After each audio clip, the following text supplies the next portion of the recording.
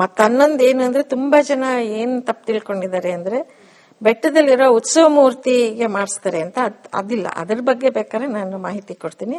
ಅದು ಚಾಮುಂಡಿ ಬೆಟ್ಟದಲ್ಲಿ ಪೂಜೆ ಆಗೋ ಉತ್ಸವ ಮೂರ್ತಿನೆಲ್ಲ ಇಲ್ಲಿ ಕರ್ಕೊಂಡ್ಬರೋದು. ಅದು ಇಲ್ಲೇ ಇದೆ ಮೂರ್ತಿ, ಚಾಮುಂಡೇಶ್ವರಿ ಮೂರ್ತಿ ಇಲ್ಲೇ ಇದೆ. ಇದನ್ನ ಬೆಟ್ಟಕ್ಕೆ ತಗೊಂಡೋಗಿ, ಇಲ್ಲಿ ಅದು ಗೊಂಬೆ ತೊಟ್ಟಿಲಿ ಇರುತ್ತೆ, ಆ ಮೂರ್ತಿನ ಬೆಟ್ಟಕ್ಕೆ, ಚಾಮುಂಡಿ ಬೆಟ್ಟಕ್ಕೆ ತಗೊಂಡೋಗಿ ಅಲ್ಲಿ ಪೂಜೆ ಮಾಡಿ ಅದನ್ನ ಇಲ್ಲಿ ತಂದು ಅದನ್ನ ಅಂಬಾರಿ ಮೇಲಿಡೋದು. ಎಷ್ಟೋ ಜನ ನಾನೀಗ ನಿನ್ನೆ ಮೊನ್ನೆ ಎಲ್ಲ ಪೇಪರಲ್ಲಿ ನೋಡ್ತಾ ಇದ್ದೆ, ವಾಟ್ಸಪ್ ಅಲ್ಲಿ ನೋಡ್ತಾ ಇದ್ದೆ, ನಮ್ಮ ಚಾಮುಂಡಿ ಅಮ್ಮನವ್ರದ್ದು ಉತ್ಸವ ಮೂರ್ತಿ ನಾವು ಮೆರವಣಿಗೆಗೆ ಅಲ್ಲಿ ಮಾಡೋ ಉತ್ಸವ ಮೂರ್ತಿನ ಹಾಕ್ತಾರೆ.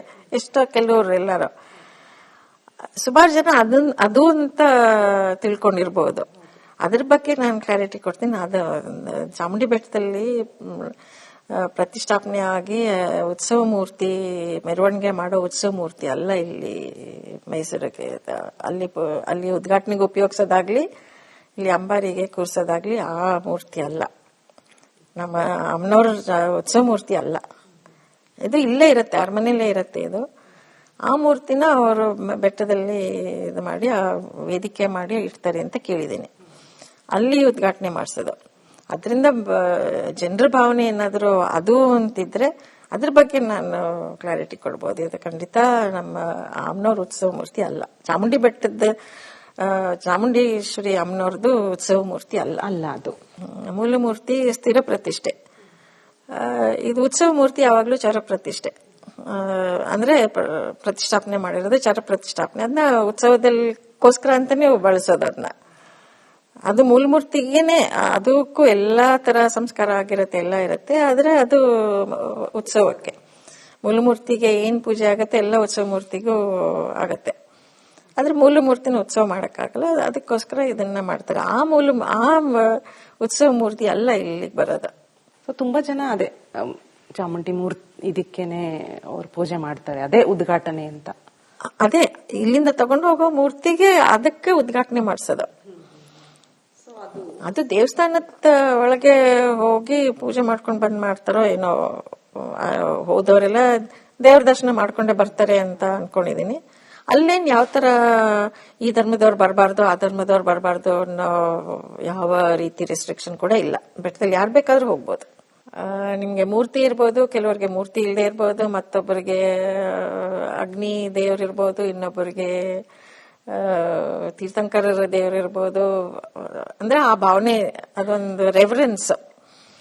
ನೀವು ಅದನ್ನ ಯಾವ ಹೆಸರಲ್ಲಾದ್ರೂ ಕರೀರಿ.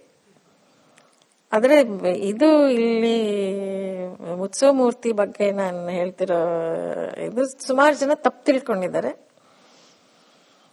ಆ ಉತ್ಸವ ಮೂರ್ತಿ ಇದಲ್ಲ. ಮತ್ತ ಹನ್ನೊಂದು ಏನು ಅಂದ್ರೆ ತುಂಬಾ ಜನ ಏನ್ ತಪ್ಪು ತಿಳ್ಕೊಂಡಿದ್ದಾರೆ ಅಂದ್ರೆ ಬೆಟ್ಟದಲ್ಲಿರೋ ಉತ್ಸವ ಮೂರ್ತಿಗೆ ಮಾಡಿಸ್ತಾರೆ ಅಂತ. ಅದಿಲ್ಲ. ಅದ್ರ ಬಗ್ಗೆ ಬೇಕಾದ್ರೆ ನಾನು ಮಾಹಿತಿ ಕೊಡ್ತೀನಿ. ಅದು ಚಾಮುಂಡಿ ಬೆಟ್ಟದಲ್ಲಿ ಪೂಜೆ ಆಗೋ ಉತ್ಸವ ಮೂರ್ತಿನೆಲ್ಲ ಇಲ್ಲಿ ಕರ್ಕೊಂಡ್ಬರೋದು. ಅದು ಇಲ್ಲೇ ಇದೆ ಮೂರ್ತಿ, ಚಾಮುಂಡೇಶ್ವರಿ ಮೂರ್ತಿ ಇಲ್ಲೇ ಇದೆ. ಇದನ್ನ ಬೆಟ್ಟಕ್ಕೆ ತಗೊಂಡೋಗಿ, ಇಲ್ಲಿ ಅದು ಗೊಂಬೆ ತೊಟ್ಟಿಲಿ ಇರುತ್ತೆ, ಆ ಮೂರ್ತಿನ ಬೆಟ್ಟಕ್ಕೆ, ಚಾಮುಂಡಿ ಬೆಟ್ಟಕ್ಕೆ ತಗೊಂಡೋಗಿ ಅಲ್ಲಿ ಪೂಜೆ ಮಾಡಿ ಅದನ್ನ ಇಲ್ಲಿ ತಂದು ಅದನ್ನ ಅಂಬಾರಿ ಮೇಲಿಡೋದು.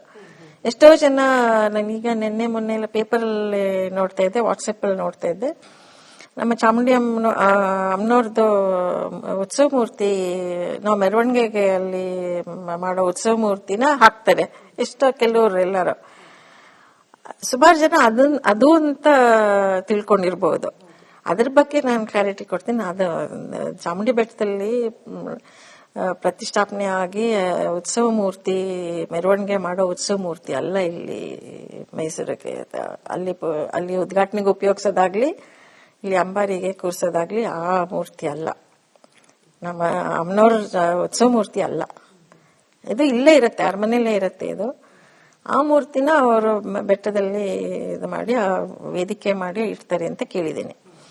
ಅಲ್ಲಿ ಉದ್ಘಾಟನೆ ಮಾಡಿಸೋದು. ಅದರಿಂದ ಜನರ ಭಾವನೆ ಏನಾದರೂ ಅದು ಅಂತಿದ್ರೆ ಅದ್ರ ಬಗ್ಗೆ ನಾನು ಕ್ಲಾರಿಟಿ ಕೊಡ್ಬೋದು. ಇದು ಖಂಡಿತ ನಮ್ಮ ಅಮ್ಮನವ್ರ ಉತ್ಸವ ಮೂರ್ತಿ ಅಲ್ಲ. ಚಾಮುಂಡಿ ಬೆಟ್ಟದ ಚಾಮುಂಡೇಶ್ವರಿ ಅಮ್ಮನವ್ರದ್ದು ಉತ್ಸವ ಮೂರ್ತಿ ಅಲ್ಲ. ಅದು ಮೂಲ ಮೂರ್ತಿ ಸ್ಥಿರ ಪ್ರತಿಷ್ಠೆ. ಇದು ಉತ್ಸವ ಮೂರ್ತಿ ಯಾವಾಗ್ಲೂ ಚರ ಪ್ರತಿಷ್ಠೆ, ಅಂದ್ರೆ ಪ್ರತಿಷ್ಠಾಪನೆ ಮಾಡಿರೋದು ಚರ ಪ್ರತಿಷ್ಠಾಪನೆ. ಅದನ್ನ ಉತ್ಸವದಲ್ಲಿಗೋಸ್ಕರ ಅಂತಾನೆ ಬಳಸೋದು. ಅದನ್ನ ಅದು ಮೂಲಮೂರ್ತಿಗೇನೆ ಅದಕ್ಕೂ ಎಲ್ಲಾ ತರ ಸಂಸ್ಕಾರ ಆಗಿರತ್ತೆ, ಎಲ್ಲ ಇರತ್ತೆ. ಆದ್ರೆ ಅದು ಉತ್ಸವಕ್ಕೆ ಮೂಲಮೂರ್ತಿಗೆ ಏನ್ ಪೂಜೆ ಆಗತ್ತೆ ಎಲ್ಲ ಉತ್ಸವ ಮೂರ್ತಿಗೂ ಆಗತ್ತೆ. ಆದ್ರೆ ಮೂಲ ಮೂರ್ತಿನ ಉತ್ಸವ ಮಾಡಕ್ಕಾಗಲ್ಲ, ಅದಕ್ಕೋಸ್ಕರ ಇದನ್ನ ಮಾಡ್ತಾರೆ. ಆ ಉತ್ಸವ ಮೂರ್ತಿ ಎಲ್ಲ ಇಲ್ಲಿಗೆ ಬರೋದು. ತುಂಬಾ ಜನ ಅದೇ ಚಾಮುಂಡಿ ಮೂರ್ತಿ ಇದಕ್ಕೇನೆ ಅವ್ರು ಪೂಜೆ ಮಾಡ್ತಾರೆ, ಅದೇ ಉದ್ಘಾಟನೆ ಅಂತ. ಅದೇ ಇಲ್ಲಿಂದ ತಗೊಂಡು ಹೋಗೋ ಮೂರ್ತಿಗೆ ಅದಕ್ಕೆ ಉದ್ಘಾಟನೆ ಮಾಡ್ಸೋದು. ಅದು ದೇವಸ್ಥಾನದ ಒಳಗೆ ಹೋಗಿ ಪೂಜೆ ಮಾಡ್ಕೊಂಡ್ ಬಂದ್ ಮಾಡ್ತಾರೋ ಏನೋ, ಹೋದವರೆಲ್ಲ ದೇವ್ರ ದರ್ಶನ ಮಾಡ್ಕೊಂಡೆ ಬರ್ತಾರೆ ಅಂತ ಅನ್ಕೊಂಡಿದೀನಿ. ಅಲ್ಲೇನ್ ಯಾವ ತರ ಈ ಧರ್ಮದವ್ರು ಬರಬಾರ್ದು ಆ ಧರ್ಮದವ್ರು ಬರಬಾರ್ದು ಅನ್ನೋ ಯಾವ ರೀತಿ ರೆಸ್ಟ್ರಿಕ್ಷನ್ ಕೂಡ ಇಲ್ಲ. ಬೆಟ್ಟದಲ್ಲಿ ಯಾರು ಬೇಕಾದ್ರೂ ಹೋಗ್ಬೋದು. ನಿಮ್ಗೆ ಮೂರ್ತಿ ಇರ್ಬೋದು, ಕೆಲವರಿಗೆ ಮೂರ್ತಿ ಇಲ್ಲದೆ ಇರ್ಬೋದು, ಮತ್ತೊಬ್ಬರಿಗೆ ಅಗ್ನಿ ದೇವ್ರಿರ್ಬೋದು, ಇನ್ನೊಬ್ಬರಿಗೆ ತೀರ್ಥಂಕರರ ದೇವ್ರಿರ್ಬೋದು. ಅಂದ್ರೆ ಆ ಭಾವನೆ, ಅದೊಂದು ರೆಫರೆನ್ಸ್. ನೀವು ಅದನ್ನ ಯಾವ ಹೆಸರಲ್ಲಾದ್ರೂ ಕರೀರಿ. ಆದ್ರೆ ಇದು ಇಲ್ಲಿ ಉತ್ಸವ ಮೂರ್ತಿ ಬಗ್ಗೆ ನಾನು ಹೇಳ್ತಿರೋ ಇದು ಸುಮಾರು ಜನ ತಪ್ಪು ತಿಳ್ಕೊಂಡಿದ್ದಾರೆ.